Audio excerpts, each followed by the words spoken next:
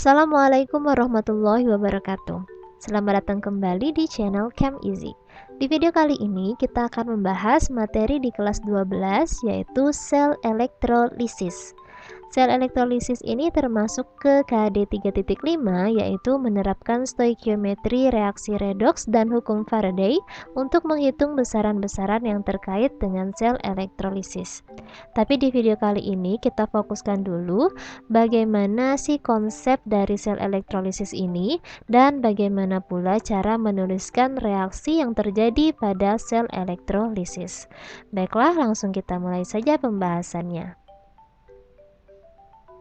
Nah, sel elektrolisis ini sebenarnya termasuk ke dalam sel elektrokimia, ya, yang terbagi menjadi dua, yaitu sel volta dan sel elektrolisis.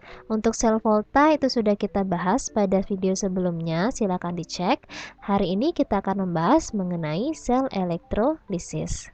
Untuk konsep dasar sel elektrolisis, dia kebalikan ya dari sel volta, di mana sel elektrolisis ini adalah sel yang mengubah energi listrik menjadi reaksi kimia. Nah, kalau dalam sel volta itu mengubah reaksi kimia menjadi energi listrik ya, karena reaksinya spontan. Sedangkan kalau sel elektrolisis itu reaksinya tidak spontan, sehingga diperlukan energi dari luar, yaitu energi listrik. Biasanya yang kita gunakan adalah baterai. Untuk kutub katoda dan anodanya juga berbeda dari sel volta. Kalau sel volta itu kita menghafalnya kan kapan volt ya, katoda positif, anoda negatif pada sel volta. Sedangkan kalau sel elektrolisis itu kenapel, katoda negatif, anoda positif pada elektrolisis.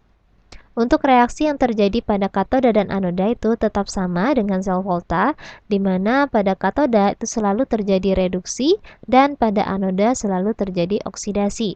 Ya, karena katoda terjadi reduksi, ya artinya dia mengikat elektron, sedangkan di anoda dia melepaskan elektron, artinya aliran elektron itu mengalir dari anoda ke katoda. Nah, bagaimana prinsip kerja dari sel elektrolisis? Mari kita simak video berikut. Salah satu penerapan sel elektrolisis adalah pelapisan suatu logam dengan logam lain. Di video ini dilakukan pelapisan sebuah kunci logam dengan tembaga.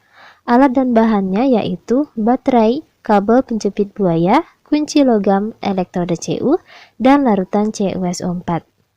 Pada anoda, lempeng tembaga dioksidasi menjadi ion Cu2+ dan melepaskan 2 elektron yang kemudian ditangkap oleh atom Cu pada katoda yang berasal dari larutan CuSO4.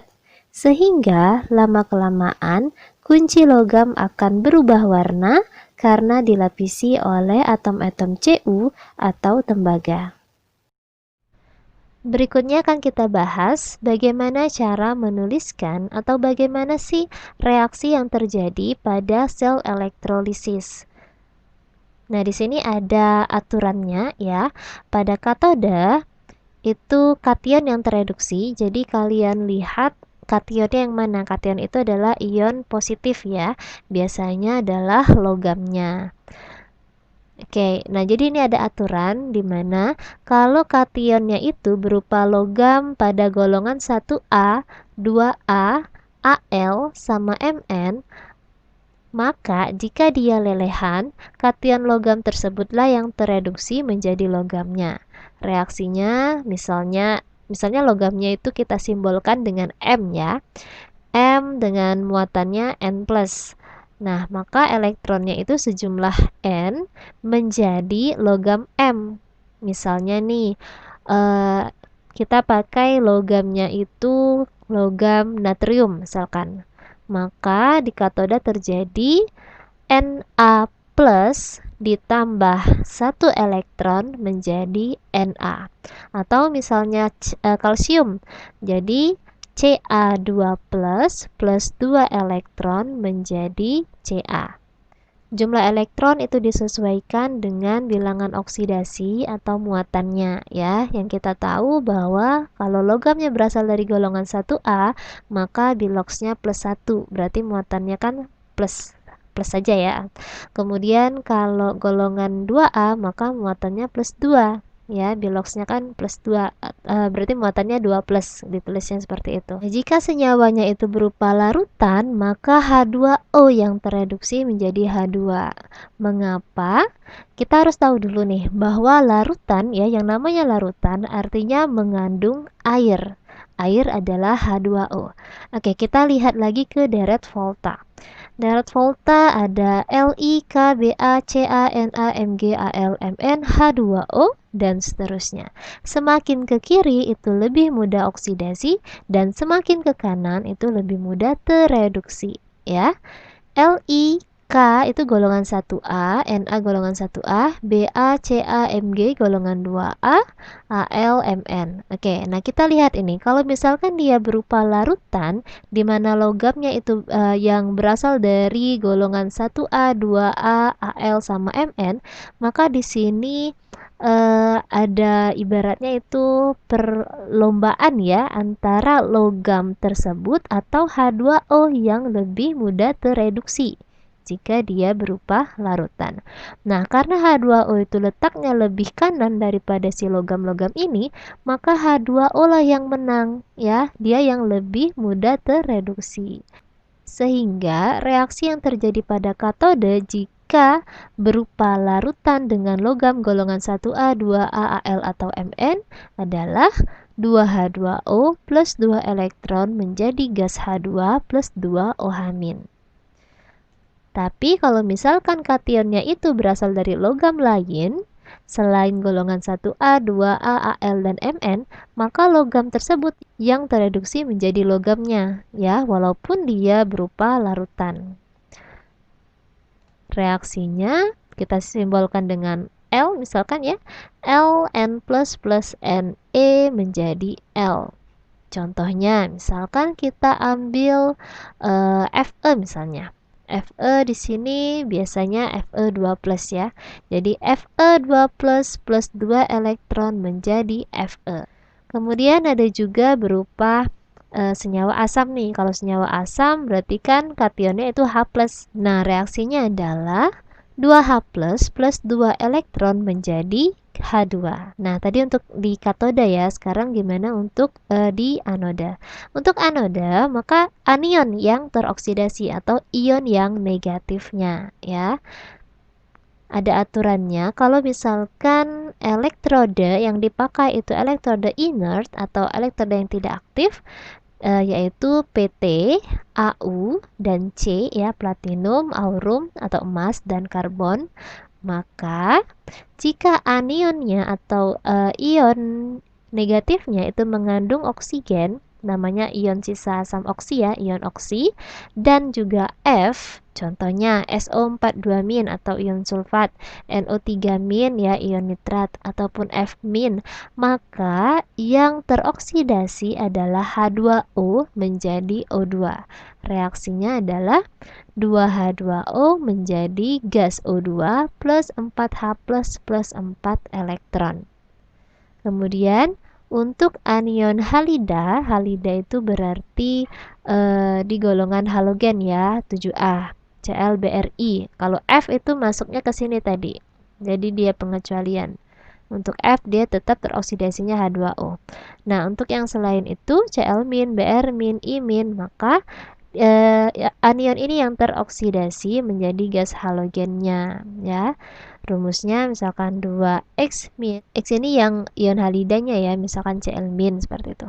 2X- menjadi X2 plus 2 elektron. Misalkan 2Cl- menjadi Cl2 plus 2 elektron, atau 2Br- menjadi Br2 plus 2 elektron. Kemudian, jika anionnya itu berasal dari ion sisa basa, yaitu ion OH-, maka ion OH- inilah yang teroksidasi menjadi O2 juga ya.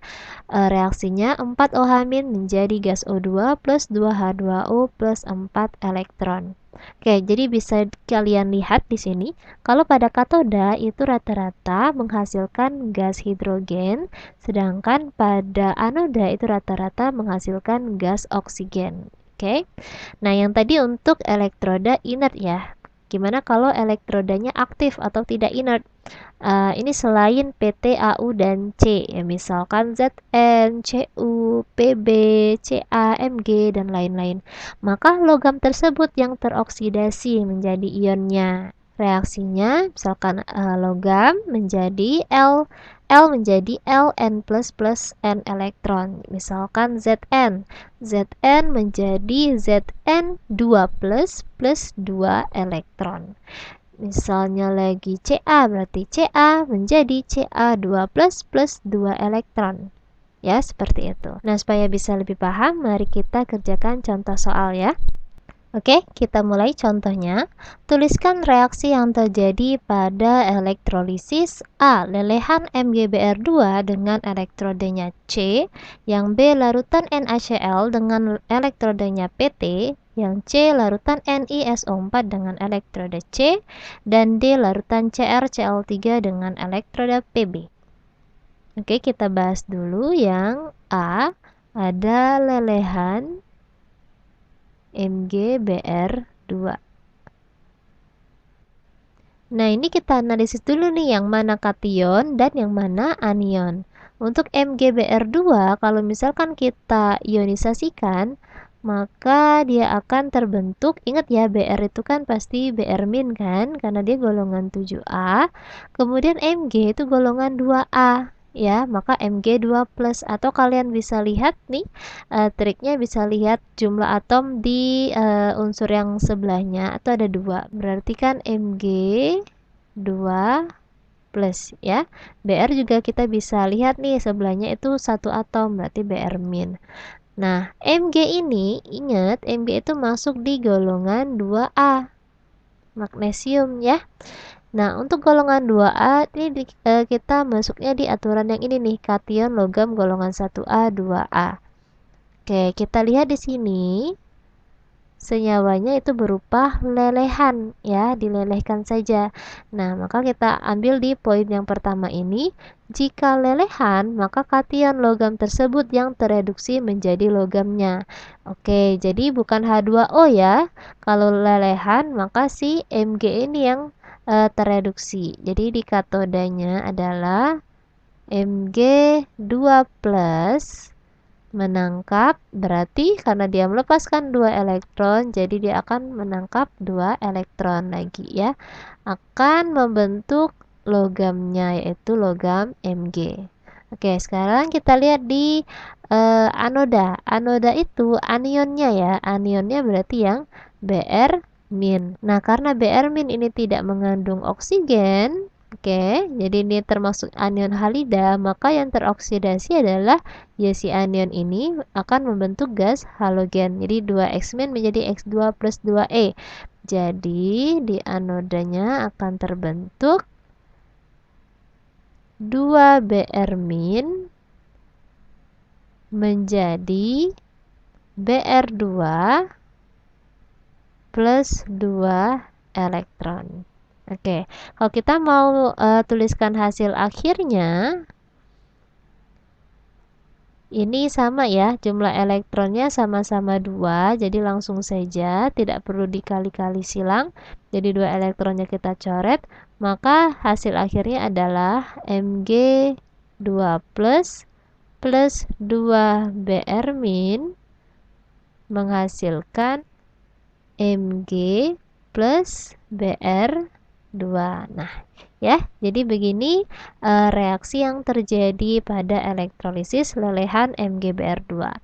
Kita bahas berikutnya yang B. Yang B ini larutan. Oh ya, ini tadi elektrodanya C ya. Kalau C kan artinya inert nih. Kalau C artinya inert, maka untuk di anodanya itu tetap si Br min. Oke, kita balik ke yang B, larutan NaCl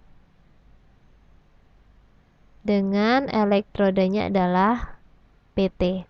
Oke, kita analisis NaCl kalau kita ionkan maka menjadi Na plus dan Cl min. Nah, Na itu golongan 1A.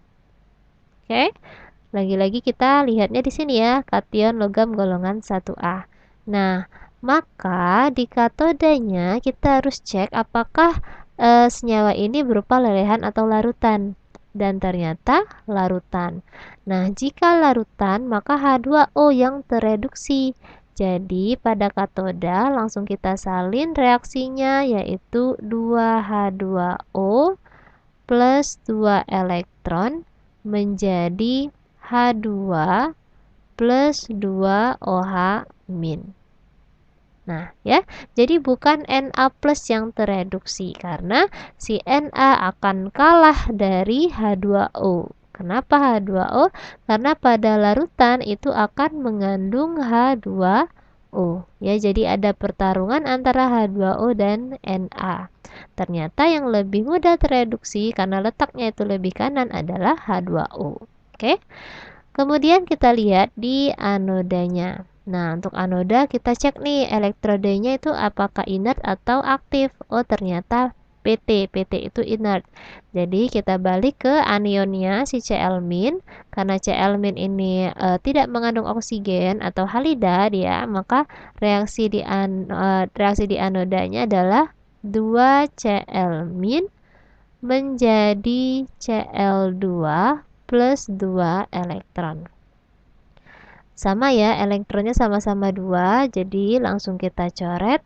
Maka hasil akhirnya adalah 2H2O plus 2 Cl- menjadi Cl2 plus H2 plus 2 OH-. Kemudian kita bahas yang C, yaitu larutan NiSO4 dengan elektrodenya C lagi. Oke, NiSO4. Nah, di sini Ni itu bukan golongan 1A, 2A ataupun 3A. Dia golongan transisi, ya. Letaknya itu di sebelah kanan dari H2O. Nah, kalau kalian bingung biloxnya berapa nih, muatannya berapa? Maka ingat kalau SO4 muatannya itu selalu 2 min. Berarti Ni adalah 2 plus. Maka karena Ni ini bukan dari golongan 1A, 2A, ya, dia termasuk di aturan yang ini, kation logam lain tereduksi menjadi logamnya. Jadi kation logam itulah yang tereduksi, ya, walaupun dia larutan. Tetap Ni yang lebih mudah tereduksi dibandingkan H2O. Maka di katoda akan terjadi reaksi reduksi Ni2 plus berarti kan karena dia melepas 2, artinya dia mengikat 2 elektron lagi menjadi Ni. Nah, sedangkan di anodanya, nah, anionnya kan SO4 2- nih. SO4 2- artinya mengandung oksigen. Jadi dia itu ion atau anion oksi, ya, mengandung O. Nih contohnya nih SO4 2-. Maka yang teroksidasi adalah H2O.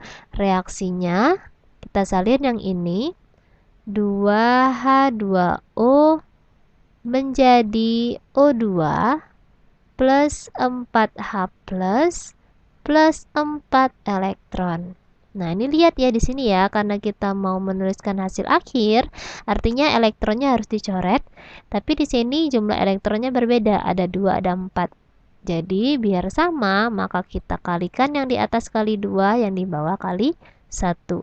Jadi, di katoda sekarang berubah menjadi 2Ni2 plus 4 elektron menjadi 2Ni, yang di bawahnya tetap ya 2H2O menjadi O2 plus 4H plus 4 elektron. Oke, kita eliminasi yang sama itu elektronnya saja.